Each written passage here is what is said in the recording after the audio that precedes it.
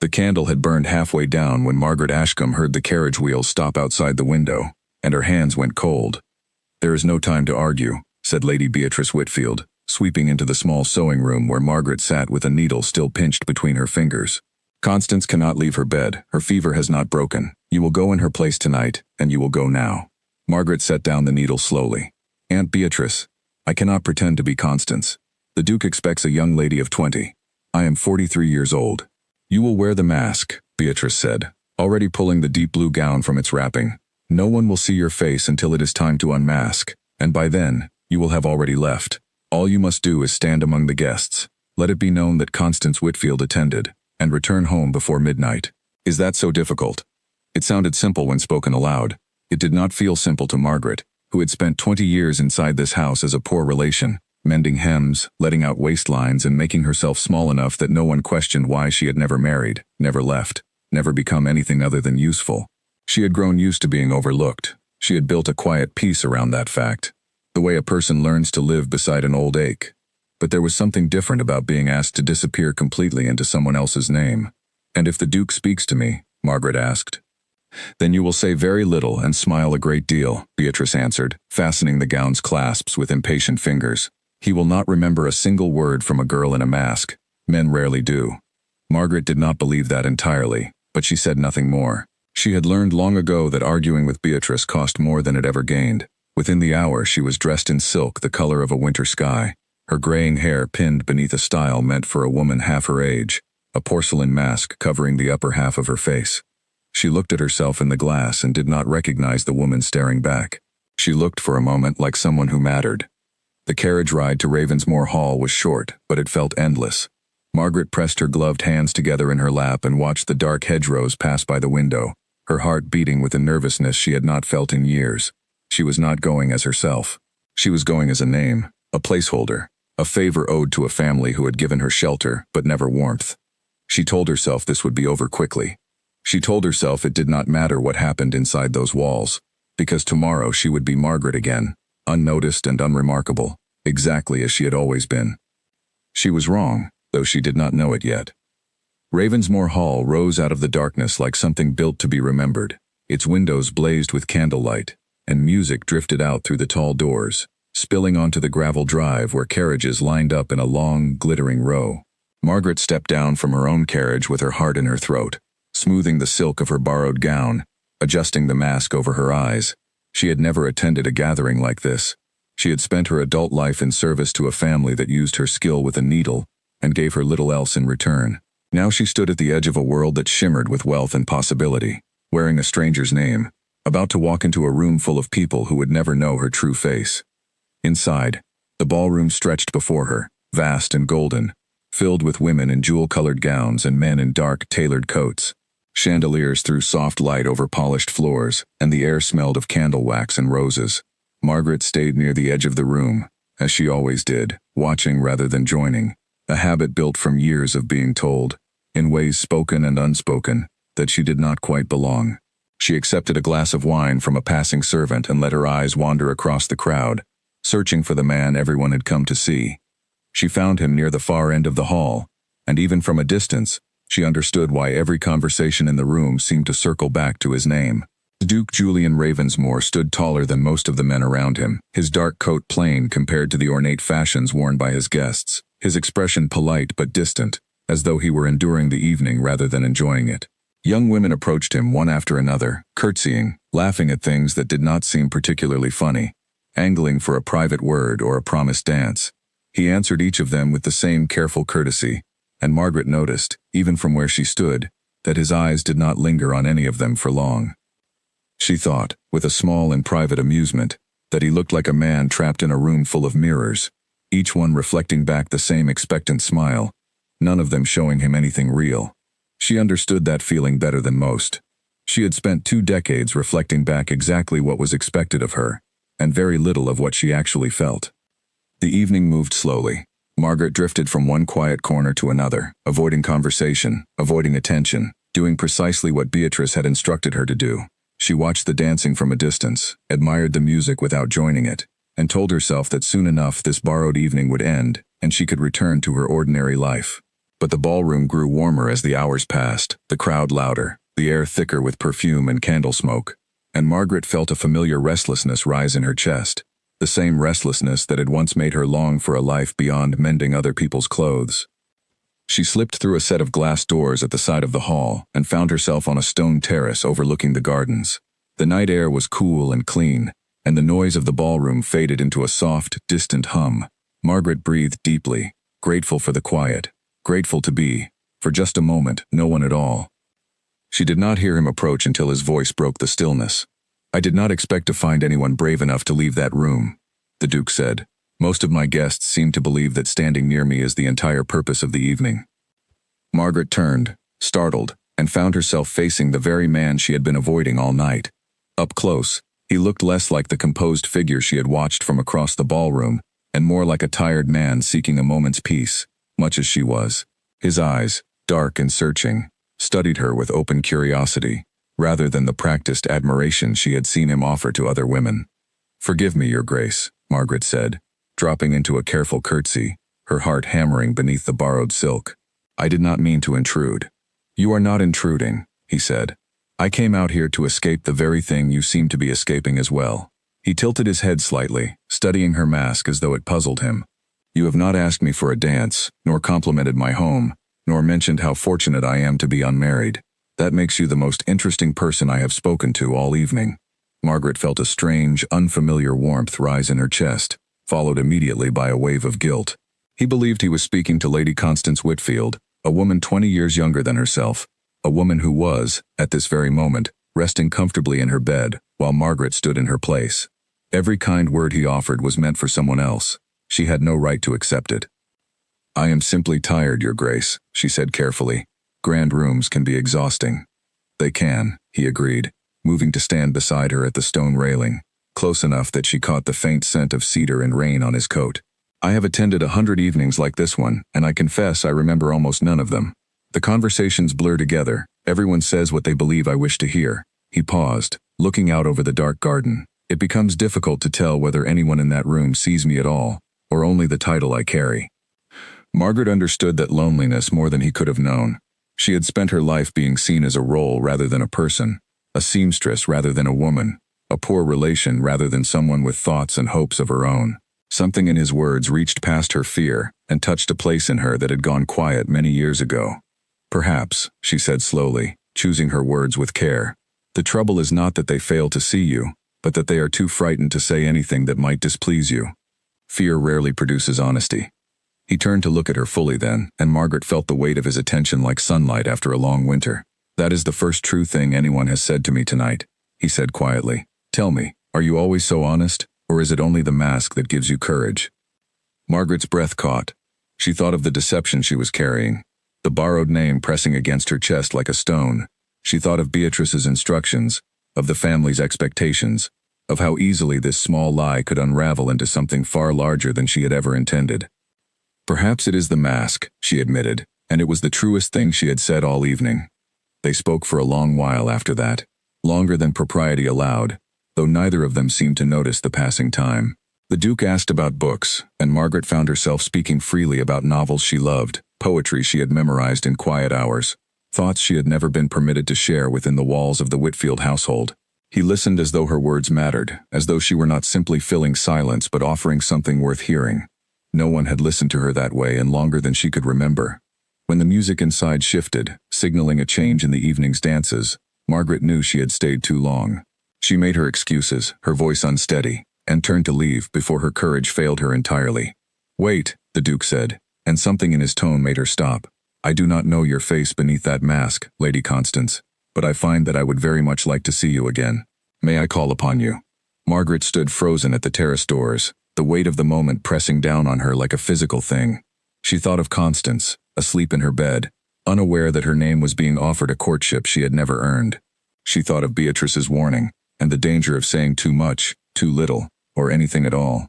"That would be for my family to decide, Your Grace," she said finally, and slipped back into the golden light of the ballroom, before he could see how badly her hands were trembling.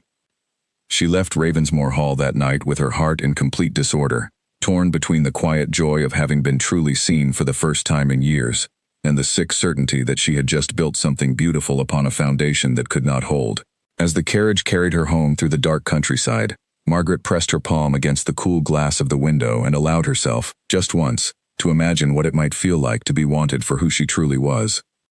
She did not yet know that the Duke of Ravensmoor had already decided he would not let Lady Constance Whitfield disappear from his life so easily, nor did she know that his interest, once fixed, would soon force open every carefully kept secret her family had built around her. For now, there was only the long ride home, the borrowed silk growing heavy on her shoulders, and the quiet, dangerous hope blooming in a heart that had long ago stopped expecting to be chosen. The next morning, a letter arrived at the Whitfield house addressed to Lady Constance Whitfield, sealed with the crest of Ravensmoor. Beatrice tore it open with trembling excitement, reading aloud the Duke's request to call upon the family that very week. Constance, recovered from her fever and eager to reclaim her place at the center of her mother's ambitions, smiled with satisfaction, believing the invitation had been earned entirely by her own reputation. Margaret stood quietly near the doorway, listening to praise meant for a lie she alone had lived, and felt the first cold thread of dread settle into her chest. Whatever had begun on that terrace the night before was no longer a simple favor to be finished and forgotten. It had taken root, and Margaret understood, with a certainty that frightened her, that she would soon be called upon to wear the mask again. 3 days after the letter arrived, Duke Julian Ravensmoor's carriage rolled up the gravel drive of the Whitfield house, and Margaret watched from an upstairs window with her stomach twisted into knots. Beatrice had already given her instructions the night before, speaking in the low, urgent voice she used when something mattered a great deal to her. Margaret would attend the visit as Constance once more, seated beside her cousin in the parlor, her face partly veiled by a fashionable lace headpiece that Beatrice insisted was simply the current style, though Margaret understood its true purpose was concealment. "You will let Constance speak the most," Beatrice had said. "You are only there to be near. In case he asks something only you would know how to answer. Something from that night at the terrace. Do you understand?" Margaret had nodded, though understanding and accepting were two very different things. She had spent 3 sleepless nights turning the terrace conversation over in her mind, remembering the warmth in the Duke's voice, the way he had looked at her, as though her words carried real weight. She had told herself repeatedly that it meant nothing, that he had been speaking to a name and a mask, not to her. But some quiet, stubborn part of her heart refused to let the memory go. When the Duke was shown into the parlor, Margaret kept her eyes lowered, her hands folded tightly in her lap, praying that her voice would not betray her if she was called upon to speak. Constance, dressed in pale yellow silk, greeted him with practiced charm, offering tea and light conversation about the weather and the recent assembly in town. Julian answered her politely enough, but Margaret noticed, with a jolt of surprise, that his eyes kept drifting toward her, rather than toward Constance, as though searching for something he could not quite name. "Lady Constance," he said finally, addressing the room, though his gaze rested on Margaret, "I have been thinking a great deal about our conversation at the ball.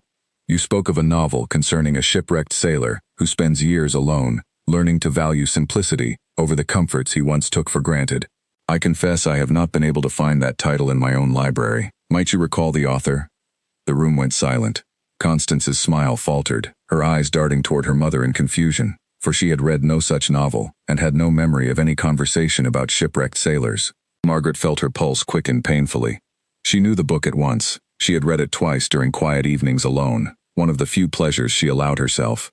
But answering meant confirming, without question, that she had been the woman on the terrace, not Constance. Beatrice's eyes cut sharply toward Margaret, a silent, furious command to remain still. But the Duke was watching, waiting, his expression patient yet unmistakably curious, as though he already suspected something and wished only for confirmation. "I believe," Margaret said quietly, before she could stop herself, "that the author's name is difficult to recall precisely, but the story concerns a man named Alistair, does it not, who learns that solitude teaches him more of himself than society ever did." The Duke's gaze sharpened with something close to recognition, though he said nothing more on the matter, merely nodding and turning the conversation gently toward other topics.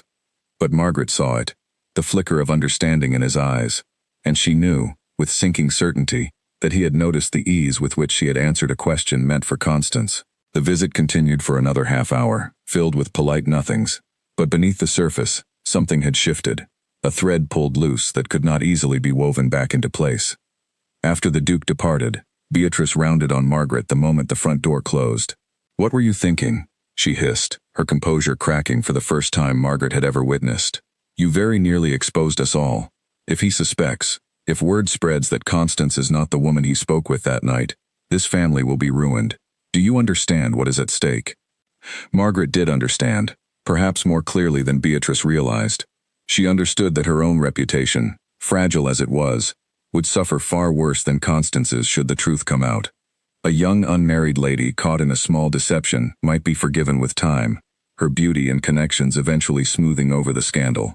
But a woman of 43, poor, dependent, unmarried, caught impersonating a lady of the house to attract the attention of a duke, would be seen as something far more calculating, far less forgivable. She would be cast as a schemer, a desperate spinster, grasping at a life that was never meant to be hers. "I will be more careful," Margaret said quietly, though something inside her rebelled against the promise even as she made it.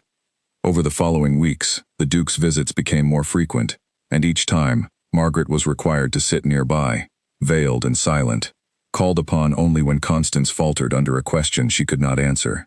Julian seemed to test the waters carefully, asking about books, about music, about small opinions Margaret had voiced that night on the terrace, watching closely to see who would respond with the same voice, the same understanding, the same quiet wisdom he remembered.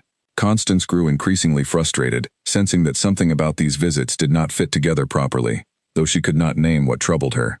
She began to resent the strange, watchful silences that fell over the parlor whenever her mother's poor cousin was present. One afternoon, after the Duke had departed following another visit thick with unspoken tension, Constance turned on Margaret with unusual sharpness. "Why does he look at you?" she demanded, "when I am the one he came to court? You sit there like a shadow, and yet he cannot seem to stop glancing your way. What have you done, Margaret?" "I have done nothing," Margaret answered honestly, for in her heart, she had only ever answered questions asked of her, questions that no one else in the room could answer truthfully. But the accusation stung all the same, because she knew, deep down, that something had indeed changed between herself and the Duke, something that had nothing to do with scheming and everything to do with the simple, terrifying fact that he seemed to see her, truly see her, in a way no one had in 20 years. The strain of the double life began to wear on Margaret in ways she had not anticipated. She found herself lying awake at night, replaying every word exchanged with Julian, wondering what he suspected, wondering what would happen if the truth ever came to light.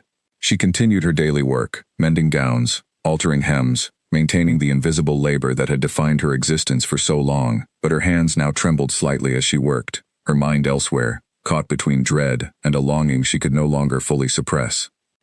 It was during a garden party hosted by a neighboring family, weeks into this strange arrangement, that everything nearly unraveled entirely. Margaret had not expected to attend, believing her presence unnecessary since Constance would be there in her own right, without need of disguise. But Beatrice insisted she come along regardless, veiled once more, positioned nearby in case the Duke, who had also been invited, sought conversation that only Margaret could properly navigate. The garden stretched wide and green beneath a mild afternoon sun, filled with guests strolling among rose bushes and long tables set with refreshments. Margaret kept to the edges as always, watching Constance laugh brightly among a cluster of young ladies, watching the Duke arrive and immediately begin scanning the crowd with an expression that made Margaret's chest tighten with unwelcome hope. He found her near a stone fountain at the garden's far end, away from the noise of the gathering. "I have been hoping to speak with you alone," he said, without preamble, his voice low enough that only she could hear. "Not through your cousin's parlor, not surrounded by watching eyes. Alone, as we were that first night." Margaret's heart pounded painfully against her ribs. "Your Grace, I do not think that would be proper." "Proper," he repeated, something bitter creeping into his tone. "I have spent a month attending a courtship that feels, at every turn, like speaking to two different women wearing the same name. One evening I meet a woman of wit and honesty on a terrace. The next, I visit a parlor and find a woman who cannot recall a single detail of our conversation, seated beside a companion who somehow remembers everything. Tell me plainly, because I find I can no longer bear the uncertainty. Who did I speak with that night?" The question hung between them, sharp and unavoidable. Margaret felt the weight of every possible answer pressing down upon her at once. To admit the truth was to destroy the fragile arrangement her family depended upon, to risk her own reputation entirely, to lose whatever strange, precious connection had grown between herself and this man over the past weeks. To continue the lie was to betray him further, to deepen a deception that grew more painful with each passing day. "Your Grace," she said finally, her voice trembling, "there are things I am not permitted to say. I beg you not to press me further." Something in his expression shifted, disappointment mixing with a frustration he did not bother to hide. I have never asked anyone to break a confidence they were bound to keep, he said quietly.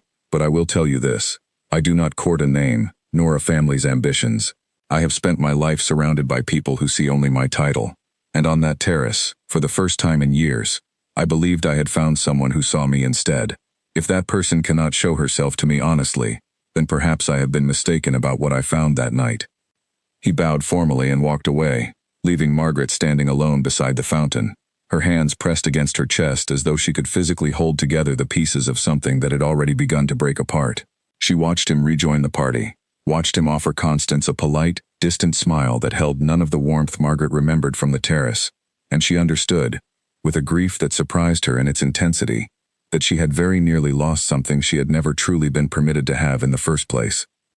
That evening, riding home in the carriage beside a triumphant Constance, who chattered happily about the Duke's continued attentions, Margaret stared out at the darkening countryside and allowed herself, finally, to weep in silence. She wept not only for the impossible situation she found herself trapped within, but for the years before it, the decades of being overlooked, unwanted, treated as useful but never valuable. She wept because, for one brief and dangerous month, a man had looked at her and seen someone worth knowing, and now that seeing had become the very thing threatening to destroy her. She did not yet know that Julian, riding home in the opposite direction, was equally consumed by doubt and longing, nor did she know that his suspicions, once ignored, would soon deepen into something he could no longer set aside. The mask she wore had begun to feel less like protection, and more like a prison, and Margaret understood, with growing dread, that the truth, however dangerous, could not remain hidden forever. Julian could not stop thinking about the fountain, nor about the fear he had seen flicker across the veiled woman's face when he pressed her for the truth. He was not a man given to obsession, nor to chasing riddles that served no practical purpose, yet something about the entire courtship refused to settle into place, and he found himself, late one night in his study, going over every detail with the same careful attention he gave to matters of his estate. He remembered the terrace conversation with painful clarity.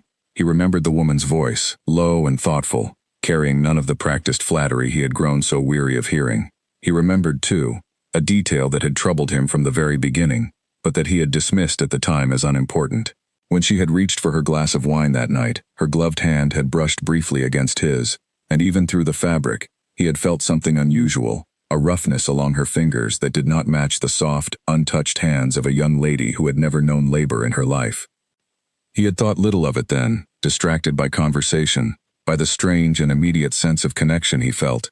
But the memory returned to him now with new significance. Lady Constance Whitfield, by every account, had lived a life of comfort since birth, educated by tutors, occupied with needlework and music rather than physical toil. Whoever he had spoken with on that terrace bore hands shaped by different work entirely. The following week, Julian requested a quiet conversation with his aunt, Lady Winifred, a sharp-eyed widow who had managed his household affairs since his mother's passing, and who possessed, he knew, a formidable memory for the smaller details of local families. He asked her, carefully, what she knew of the Whitfield household, and in particular, whether there was any other woman residing there beyond Lady Constance and her mother. Winifred considered the question with the same seriousness she gave to any household matter. There is a cousin, she said slowly. Margaret Ashcombe, I believe her name is. A poor relation, taken in years ago after her own family fell into difficulty. She does needlework for the household, from what I understand, and has never married. I have heard she is rarely seen at gatherings, kept mostly to household duties. Why do you ask? Julian said nothing for a long moment, turning the name over in his mind. Margaret Ashcombe. It fit nothing he had been told, and yet it explained everything he had observed. The calloused hands, the answers only she seemed to know, the way Constance faltered whenever a question touched too closely on that terrace conversation. He thanked his aunt and said no more on the matter, but the name stayed with him through the following days, a quiet certainty settling into place where confusion had once lived. He did not confront the Whitfield family immediately. Instead, he watched more closely during his next visit, observing the household with a patience he had not previously exercised. He noted how Margaret moved through the rooms of the house, present but unacknowledged, fetching items, adjusting curtains, always at the edges of every gathering, never once invited to sit among the family as an equal. He noted, too, the way Beatrice Whitfield's eyes tracked Margaret's every movement whenever he was present, a wariness that spoke of careful management rather than simple household hierarchy. During tea one afternoon, Julian deliberately steered the conversation toward literature again, choosing a book he knew Margaret had referenced on the terrace, watching closely to see who in the room reacted with recognition. Constance, predictably, offered a vague and uncertain comment, clearly having no familiarity with the text. But across the room, near the window where she had been arranging fresh flowers, Margaret's hands stilled for just a moment, her expression tightening with the effort of remaining composed. Julian said nothing at the time, allowing the moment to pass. But that evening, riding home through the darkened countryside, he made a decision.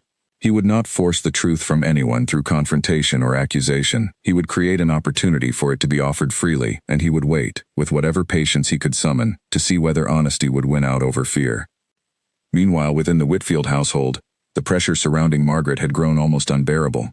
Beatrice, sensing the Duke's growing scrutiny, had become increasingly desperate to maintain the fiction that had brought such promising attention to her daughter. She began coaching Margaret more intensively before each visit, drilling her on details of books and conversations, insisting she remain present at every gathering the Duke might attend, veiled and ready to answer whatever question might arise. Margaret, exhausted by the constant strain of living two lives at once, found herself growing thinner, quieter. The sparkle that had briefly returned to her during those early terrace conversations now buried beneath layers of anxiety and guilt. Constance, for her part, had grown openly resentful. She understood, on some level she refused to fully articulate even to herself, that whatever connection the Duke sought was not truly directed at her, but she could not bring herself to abandon the possibility of becoming a duchess, nor could she bear the humiliation of admitting that her own cousin, a woman she had long considered beneath her notice, might be the one who had captured his genuine interest. "You will ruin everything," Constance hissed one evening, cornering Margaret in the narrow hallway outside the sewing room. "He asks about you constantly, in every roundabout way he can manage, and I am left standing there like a fool, unable to answer questions about conversations I never had. Do you understand what you have done to me?" "I have done nothing but what your mother instructed," Margaret answered wearily, though the accusation stung all the same. "I did not seek his attention, Constance. I did not ask to be sent to that ball in your place." "And yet you seem to enjoy it well enough," Constance snapped, her eyes bright with a mixture of anger and something closer to hurt. "You, who have never had a suitor in 20 years, suddenly find yourself the object of a duke's fascination, and you expect me to believe you take no pleasure in it?" Margaret had no honest answer to that accusation, for the truth was more complicated than either shame or pleasure alone could capture.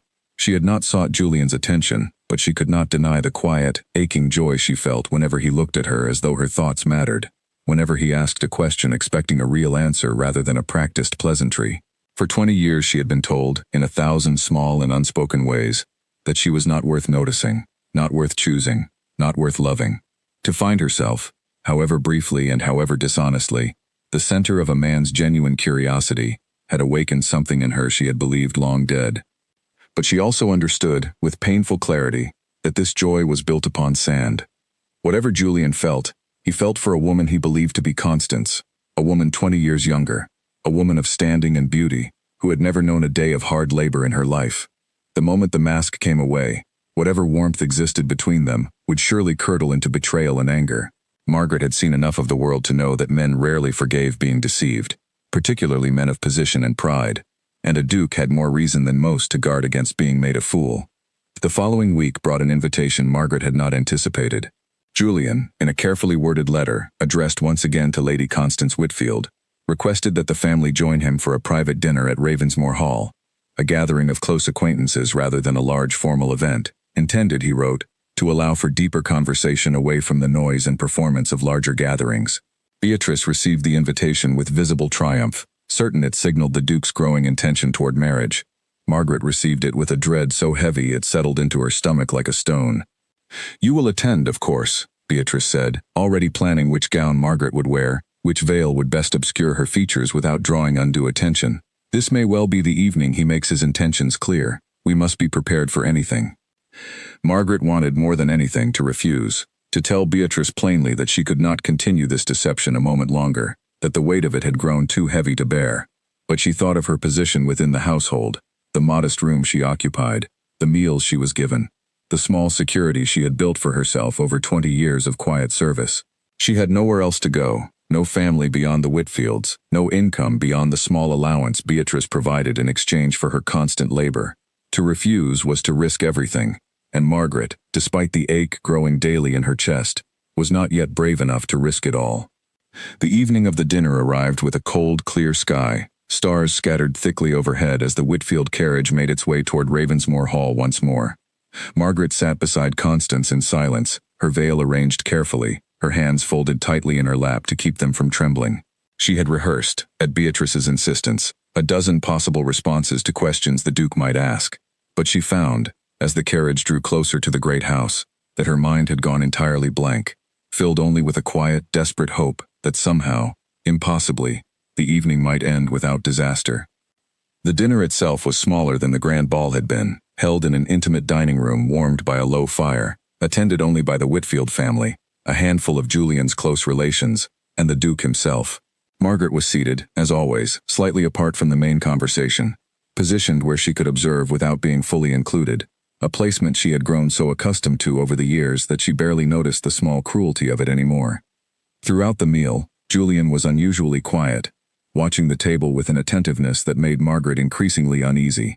He asked few direct questions, allowing the conversation to flow naturally among his other guests, but Margaret noticed his eyes returning again and again to her corner of the table, studying her with an expression she could not quite read, somewhere between curiosity and quiet determination. It was only after the final course had been cleared, as the guests began to rise and move toward the drawing room for coffee, that Julian approached Margaret directly, offering his arm with a formality that startled her. "Lady Constance," he said, his voice carrying just enough volume for the nearby guests to hear, though his eyes held something private, something meant only for her. "Might I trouble you for a brief walk through the gallery? I have recently acquired a painting I believe you would find of particular interest." Margaret glanced toward Beatrice, who nodded almost imperceptibly, clearly believing this private moment signaled the beginning of a proposal. With no way to refuse without drawing suspicion, Margaret placed her gloved hand upon Julian's offered arm and allowed him to lead her from the dining room, down a long, softly lit corridor toward the portrait gallery, her heart pounding with a mixture of dread and something she refused to name. The gallery stretched long and quiet, lined with portraits of Ravensmore ancestors stretching back generations, their painted eyes seeming to watch as Julian led Margaret to a stop before a large canvas near the center of the room. It was not, as she had expected, a landscape or a still life, but a portrait of a woman, simply dressed, her expression thoughtful rather than posed, her hands folded in her lap in a manner that struck Margaret as strangely familiar. "This was my mother," Julian said quietly, once they were alone, the sounds of the other guests fading into the distance behind them. "She was born to a family of modest means, and married my father, for reasons that had nothing to do with love, only practicality and ambition on the part of her family. She spent much of her life feeling invisible within these walls, valued only for the air she produced, rarely seen as a woman with her own thoughts and desires. I have always believed she deserved better than the life she was given." Margaret said nothing, sensing that something important was building toward its center, though she could not yet see its shape. "I tell you this," Julian continued, turning to face her directly, "because I have spent my entire adult life determined not to repeat my father's mistake, determined to choose, when the time came, a woman I could see clearly and completely, not merely a name attached to a suitable family. And I believe, Margaret, that I have already found her." The sound of her true name, spoken aloud for the first time in weeks by anyone outside her own family, struck Margaret with the force of a physical blow. She stood frozen before the portrait, her breath catching painfully in her throat, unable to speak, unable to move, as the careful construction of lies she had maintained for so long began, at last, to crumble entirely around her. "You know," Margaret whispered, her voice barely audible in the quiet gallery. "You know it was never Constance." "I have suspected for weeks," Julian admitted, "and I have known with certainty for several days now. I spoke with my aunt, who told me of a cousin in your household, a woman skilled with a needle, rarely seen at gatherings. Everything else confirmed itself the moment I looked closely enough. The hands beneath your gloves, the knowledge no young debutante could possess, the way you alone, among everyone in that parlor, could answer questions about a conversation only one person could have had." Margaret felt tears rising, hot and unwelcome, blurring the edges of the portrait before her. "Then you must think me a liar and a schemer," she said, a desperate woman grasping at a life that was never meant to be hers. "I think," Julian said gently, reaching out to lift her veil with careful fingers, revealing her face fully for the first time since that night on the terrace, "that you are a woman who was placed in an impossible position by a family that valued your usefulness far more than your happiness. I do not believe you sought this deception for your own gain.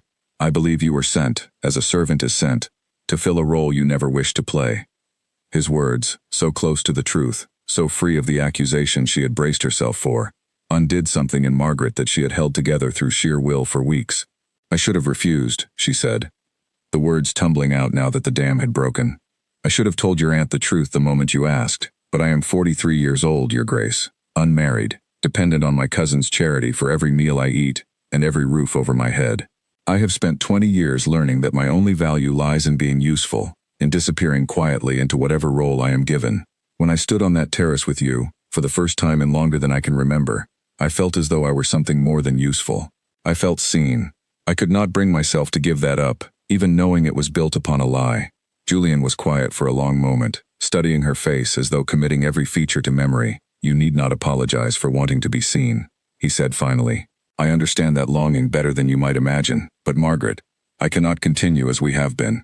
Whatever exists between us cannot grow in secrecy, hidden behind another woman's name. If there is to be anything real here, it must be built honestly, in the open, whatever the cost to either of us. Before Margaret could answer, the sound of quick, agitated footsteps echoed from the corridor behind them, and Constance appeared in the gallery doorway, her face flushed with anger and something close to panic. She had grown suspicious during the long absence, and upon questioning a servant, had learned that the Duke and her cousin had been alone together far longer than any painting required for viewing. What is happening here? Constance demanded, her eyes darting between Julian's uncovered attention toward Margaret, and the lifted veil that now revealed her cousin's unmistakable, unmasked face. Understanding dawned across her features with visible horror. You knew, she breathed, staring at Julian. You have known this entire time, and you said nothing to me, to my mother. You allowed us to believe. I discovered the truth only recently, Julian said calmly, though there was steel beneath his composed tone, and I intended to address it privately, with respect for your family's position. That intention, it seems, has been overtaken by events. But Constance was no longer listening. Weeks of humiliation, jealousy, and mounting suspicion had reached their breaking point, and whatever restraint she might have shown under calmer circumstances dissolved entirely in the heat of the moment. She turned and fled back toward the drawing room, her voice already rising before she had fully crossed the threshold. My cousin has been deceiving us all, Constance announced to the assembled guests, her voice sharp and trembling with fury. Margaret has been pretending to be me, sneaking into the Duke's affections under my very name, scheming for a position she has no right to claim. She is a servant in this household, nothing more, and she has made fools of us all. The drawing room fell into stunned silence. Beatrice's face drained of color as every eye turned toward the gallery entrance, where Margaret now stood beside Julian, her veil lifted, her identity laid bare before a room full of strangers and family alike. Whispers began immediately, sharp and cutting, guests exchanging glances that carried judgment far heavier than any words could have expressed. This is a misunderstanding, Beatrice said quickly, moving to intercept the growing scandal, though her voice lacked its usual commanding confidence. Margaret has always been a companion to this family, nothing more. Whatever occurred at the ball was surely a simple confusion, easily explained. There is no need to explain further, Julian said, his voice carrying clearly across the room, silencing the murmurs immediately. I am aware of the circumstances, and I bear no ill will toward Miss Ashcombe for a deception she did not orchestrate, but was rather instructed to carry out. His words, though intended as a defense, only deepened the scandal in the eyes of the watching guests, confirming publicly that Margaret had indeed impersonated her cousin, that the entire courtship had been built upon a family's calculated deception. Beatrice, seeing her carefully constructed plans collapsing in real time before a room full of influential witnesses, turned on Margaret with a fury Margaret had never before witnessed from her. You have ruined this family, Beatrice hissed, her voice low and venomous, audible only to those standing nearest. 20 years I have given you shelter, food, a place to call home, and this is how you repay that kindness. You have humiliated my daughter before the entire county. I want you gone from my house by morning. The words struck Margaret with a force greater than any physical blow could have delivered. 20 years of quiet service, of making herself useful and small and unobtrusive, dismissed in a single furious sentence. She looked around the room at the watching faces, some pitying, most simply curious or scandalized, and felt, for the first time in her life, the full and public weight of her own invisibility being torn away, leaving nothing but exposure and shame in its place. I understand, Margaret said quietly, and though her voice trembled, she did not weep, not there, not before an audience that had already decided what kind of woman she must be. She turned to Julian, whose expression had shifted into something torn between anger at the situation and helplessness at what was unfolding before him. "Thank you for your honesty tonight, Your Grace. I believe it is time I returned home, wherever that may now be." She left the gallery without waiting for a response, moving swiftly past the whispering guests, past Constance's tear-streaked and triumphant face, past Beatrice's furious glare, out into the cold night air where the Whitfield carriage waited. She did not look back at the great lit windows of Ravensmore Hall as the carriage pulled away, though she felt Julian's absence behind her like a physical ache, a door closing on something that had barely begun to open. The ride home passed in silence, Constance and Beatrice having chosen to remain behind at the Duke's insistence to address the scandal directly, leaving Margaret alone in the carriage with nothing but her own thoughts for company. She arrived at the Whitfield house near midnight to find her small room already being emptied by two of the household servants, following Beatrice's earlier instruction, her few belongings packed into a single worn trunk and set outside her door as though she were already a stranger to the place she had called home for 2 decades. She spent that night in a small inn on the edge of town, having no other place to go, counting the last of her modest savings by candlelight and calculating, with grim practicality, how many weeks such a sum might sustain her before she would need to find employment elsewhere, likely as a seamstress in some distant household, where no one would recognize her name or her disgrace. She thought of Julian only briefly that night, forcing the memory away each time it surfaced, certain that whatever warmth had existed between them could not possibly survive the scandal that now surrounded her name. At Ravensmore Hall, Julian remained awake long after his guests had departed, standing alone before the portrait of his mother in the empty gallery, turning over every moment of the evening with a growing, uncomfortable clarity. He thought of his own words to Beatrice, defending Margaret without fully considering how his defense might expose her further to public judgment. He thought of the look on Margaret's face as she left the gallery, resigned rather than angry, as though she had expected nothing less from the world than exactly this outcome. He understood, standing there in the quiet dark, that he had allowed pride and surprise to guide his actions that evening, rather than the careful consideration Margaret deserved. He had spent weeks pursuing the truth behind her mask, driven by curiosity and a growing, undeniable affection, yet when the truth had finally emerged, he had done nothing to protect her from the consequences of its revelation. The realization settled over him with uncomfortable weight, and he resolved, standing alone among the painted eyes of his ancestors, that he would not allow the matter to end here, whatever it might cost him in reputation or family expectation. The following morning brought further complications. Word of the scandal spread quickly through the county, as such things always did, carried by servants and guests alike, growing more exaggerated with each retelling, until Margaret's name had become synonymous with scheming ambition. In drawing rooms she had never even entered. Beatrice, desperate to salvage what remained of Constance's prospects, made no effort to correct the rumors, allowing Margaret to bear the full weight of public judgment rather than risk further damage to her daughter's reputation. Margaret, unaware of the extent of the gossip circulating through the county, spent her days searching quietly for employment, presenting herself at the homes of families who might require a skilled seamstress, careful to avoid mentioning her connection to the Whitfield household or the scandal now attached to her name. She found the search more difficult than she had anticipated, doors closing politely but firmly whenever her circumstances were questioned too closely, as though word of her disgrace had somehow traveled ahead of her, though she could not have known how thoroughly her name had already been discussed and dismissed throughout the surrounding estates. It was during one such disappointing search, nearly a week after the disastrous dinner, that Margaret returned to her small room at the inn to find a folded letter waiting beneath her door, sealed with a crest she recognized immediately, her heart lurching painfully at the sight of it. Margaret's hands trembled as she broke the seal, unfolding the letter with a caution born of fear rather than eagerness, uncertain whether its contents would bring further sorrow or something else entirely. The handwriting was firm and familiar, the same steady hand that had signed invitations she had once received under a borrowed name. The letter was brief. Julian wrote that he wished to call upon her directly, at her convenience, not as a duke addressing a scandal, but as a man seeking to correct a wrong he had allowed to happen through his own carelessness. He asked for nothing beyond a single conversation, conducted honestly, without masks or borrowed names standing between them. He signed it simply, using only his given name, a gesture Margaret understood carried more meaning than any formal title could have offered. She sat with the letter for a long while, torn between hope and a bone-deep exhaustion that made hope feel like a dangerous indulgence. She had spent the past week absorbing the full weight of public disgrace, had felt the sting of closed doors and whispered judgments, had begun, slowly and painfully, to accept that whatever had bloomed between herself and Julian on that terrace had been nothing more than a brief and beautiful illusion, destined to collapse the moment reality intruded. To open herself again to hope now felt almost unbearable, a risk she was not certain her heart could survive a second time.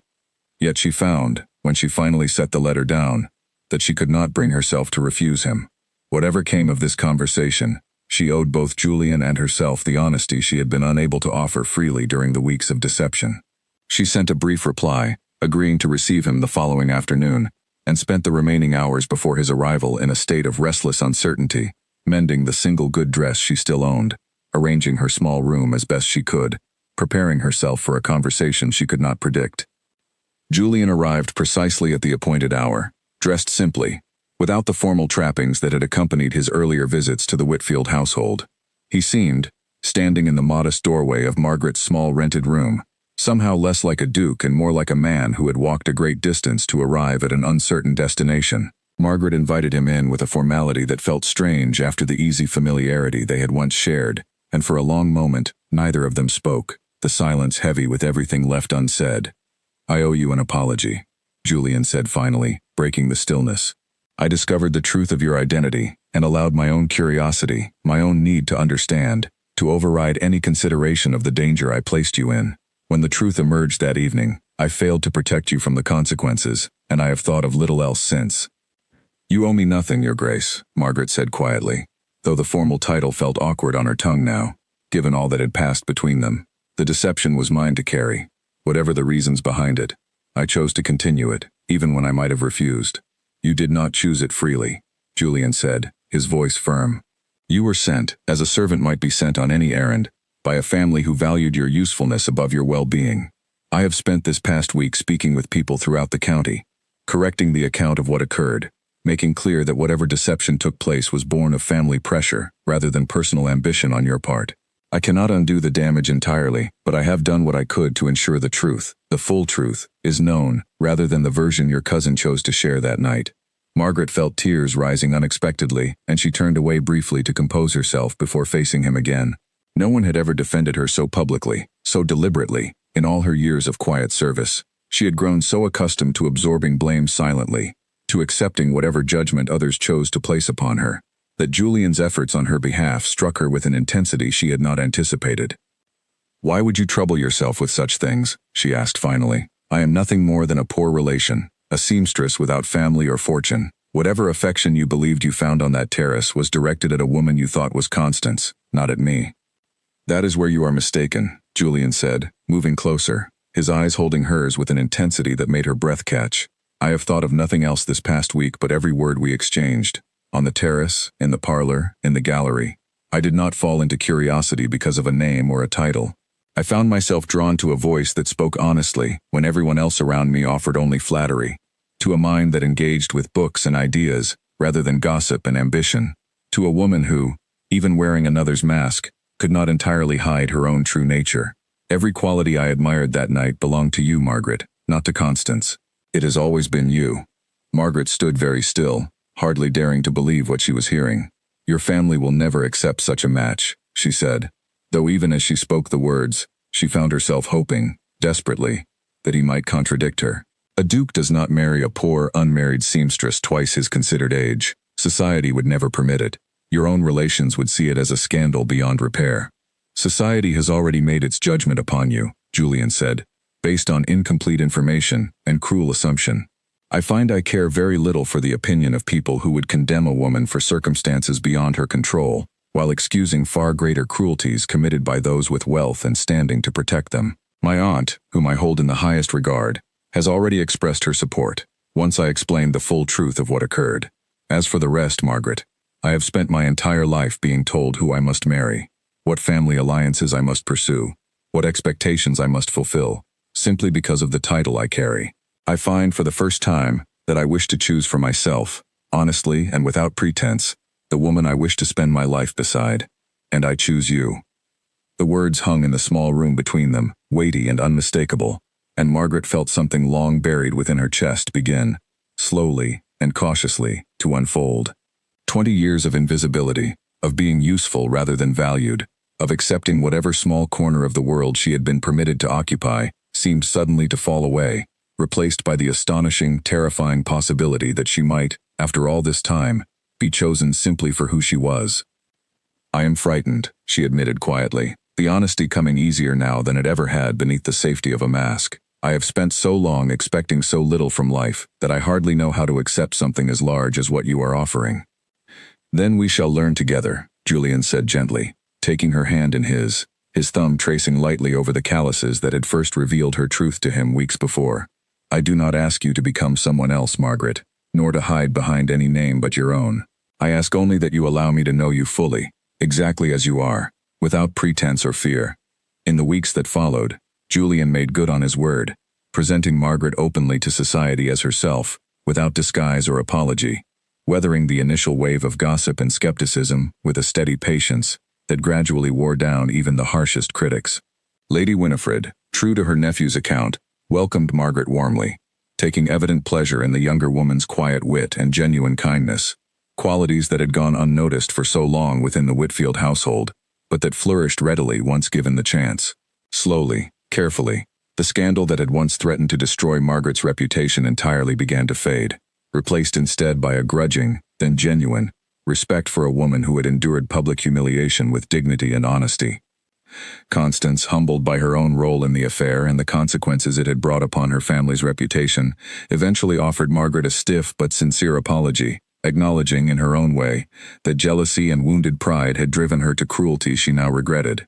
Beatrice, though slower to soften, found herself unable to maintain estrangement from a cousin who had, against all odds, secured a connection to one of the most respected families in the county, and their relationship settled, over time, into a careful, distant civility that neither woman felt inclined to disturb. Margaret and Julian were married the following spring, in a modest ceremony attended by close family and friends, rather than the grand society affair that might once have been expected of a duke's wedding. Margaret wore a simple gown of her own design, without veil or disguise, her face fully visible to every guest present, her name spoken clearly and proudly as her own. Standing before the small gathering, she thought back to that first frightened carriage ride to Ravensmore Hall, the borrowed silk heavy on her shoulders, the porcelain mask hiding a face she had believed the world would never wish to see. She understood now, standing beside a man who had looked past every mask and every borrowed name to find her, that true recognition rarely arrived easily or without cost. It required honesty, however frightening, and courage, however hard-won, and the willingness to believe, against decades of quiet disappointment, that one might still be chosen, not for usefulness, not for a borrowed identity, but simply and completely for who one truly was. Margaret Ashcombe, who had spent 20 years learning to disappear, had finally, at 43, been fully and unmistakably seen,